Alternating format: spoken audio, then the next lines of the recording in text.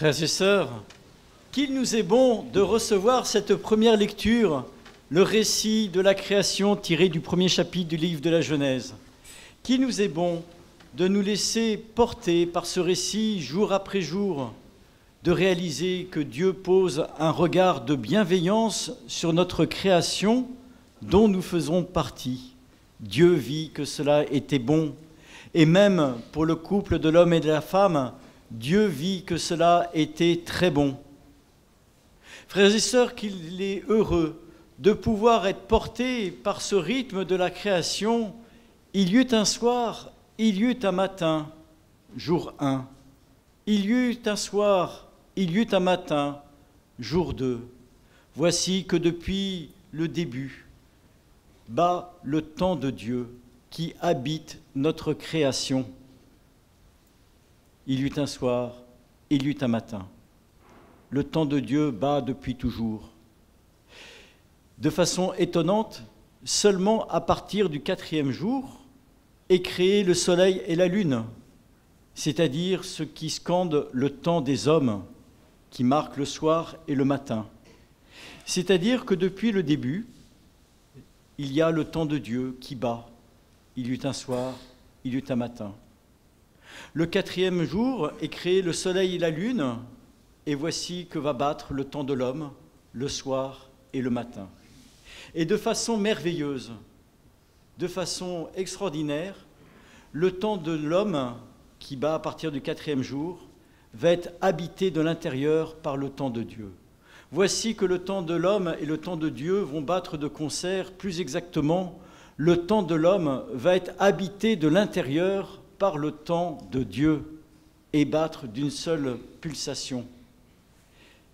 Cela donne sens à notre année sainte. Tous les 25 ans, nous est donné en quelque sorte de poser notre stylo pour réaliser que le temps de Dieu bat à l'intérieur de notre temps humain, de notre cœur d'hommes et de femmes. Le temps de Dieu bat avec bienveillance et avec amour au cœur de notre création. Un peu comme les disciples d'Emmaüs qui marchaient sur leur chemin d'hommes de Jérusalem à Emmaüs. Voici qu'ils réalisent qu'il y a cet homme qui les accompagne sur leur propre chemin, Jésus, qui marche à leur rythme. Et finalement, cette année sainte est un moment privilégié pour nous laisser accompagner par le Seigneur, laisser place dans notre cœur et dans notre vie à la pulsation du temps de Dieu, à la bonté et à la grâce du Seigneur, habiter nos vies d'hommes et de femmes. Oui, pendant cette année sainte, c'est un temps privilégié pour nous mettre au rythme du Seigneur, celui de la gratuité dans nos vies concrètes. Nous pourrions être tentés de nous dire, tiens, ça me rappelle la précédente année sainte habituelle, tous les 25 ans, et ben voilà, c'est un éternel recommencement, nous cochons la case, année sainte. D'abord, il y a des années extraordinaires, il y avait l'année sainte de la miséricorde, mais là, c'est une année de 25 ans, habituelle, et donc nous pouvons prendre un rendez-vous en 2050.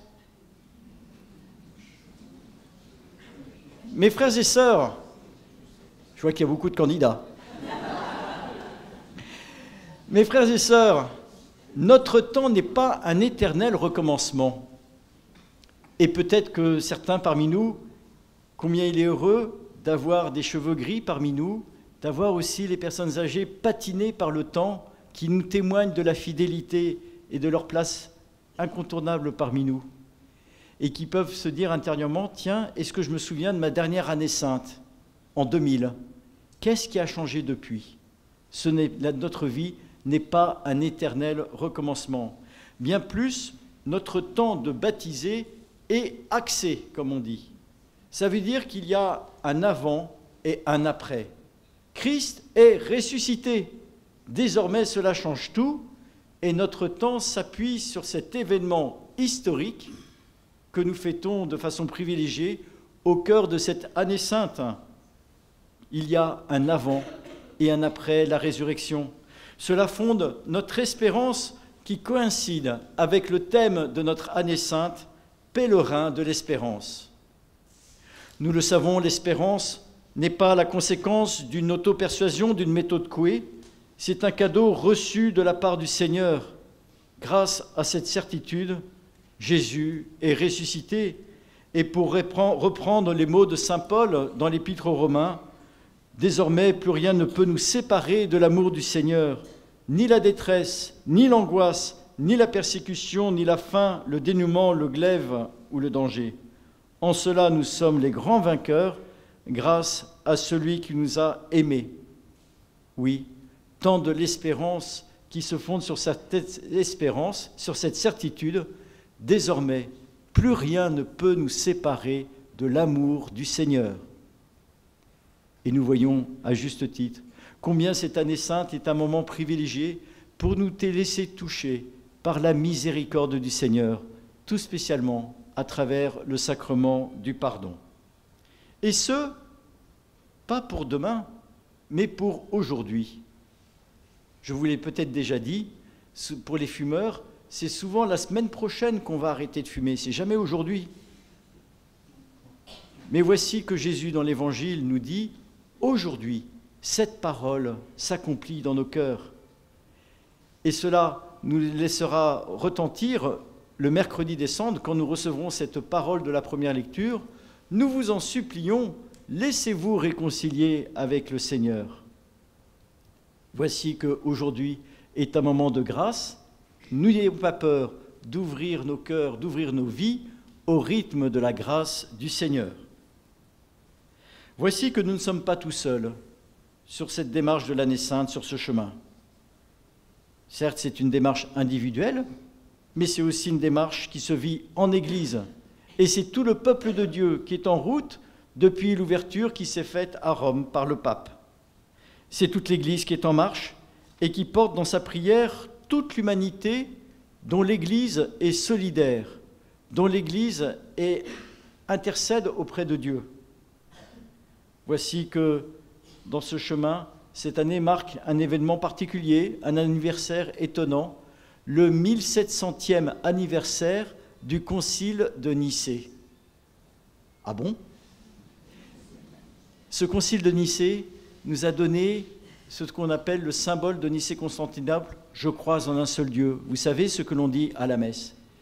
C'est l'occasion de recevoir ce témoignage de foi des pères conciliaires lors du premier concile de Nicée en 325 et de réaliser que ce dépôt de la foi, ce trésor du credo, il est commun à toutes les familles chrétiennes, tout spécialement nos frères orthodoxes et protestants. Occasion pour nous, à l'occasion de cet anniversaire, de prier pour l'unité de l'Église. Nous ne sommes pas tout seuls, et à ce titre, nous portons tout spécialement les plus fragiles. Cela est une exigence, cela est un signe de la bonne nouvelle. Peut-être l'avez-vous noté dans l'Évangile, quand Jésus ouvre le rouleau de la parole, il tombe sur le passage du prophète Isaïe. « L'Esprit du Seigneur est sur moi, parce que le Seigneur m'a consacré par l'onction. » Très bien. Il m'a envoyé porter la bonne nouvelle aux pauvres, annoncer aux captifs leur libération, et voilà, nous connaissons le texte.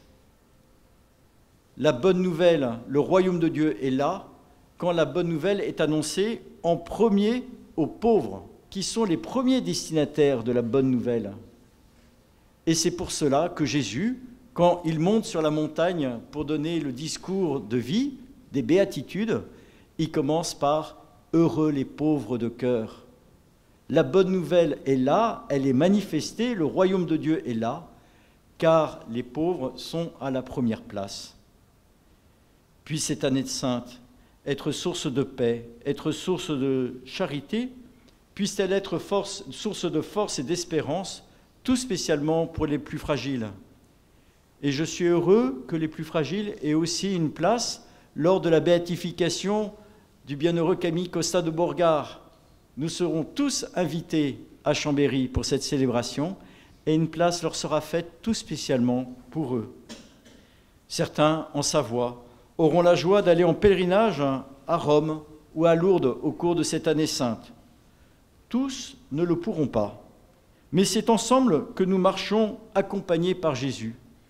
Et je suis heureux de cette initiative qu'il puisse y avoir dans les communautés, dans toutes les communautés, y compris les plus fragiles, y compris dans les aumôneries d'hôpitaux ou d'EHPAD, y compris à la prison d'Éton ou à la maison d'arrêt de Chambéry, qu'il y ait des cahiers d'intention de prière et que ces intentions de prière puissent être portées par les pèlerins de Savoie à Rome et à Lourdes. C'est ensemble que nous avançons. Sur notre chemin, frères et sœurs, laissons-nous accompagner tout spécialement par Notre-Dame de Mian, car pour reprendre la prière de Saint Bernard, en suivant Marie, on ne dévie pas, en la priant, on ne désespère pas, en pensant à elle, on ne se trompe pas. Si elle te tient par la main, tu ne tomberas pas. Si elle te protège, tu ne craindras pas. Si elle te guide, tu ne connaîtras pas la fatigue. Si elle est avec toi, tu es sûr d'arriver au but. Frères et sœurs, à nous tous, belle année sainte.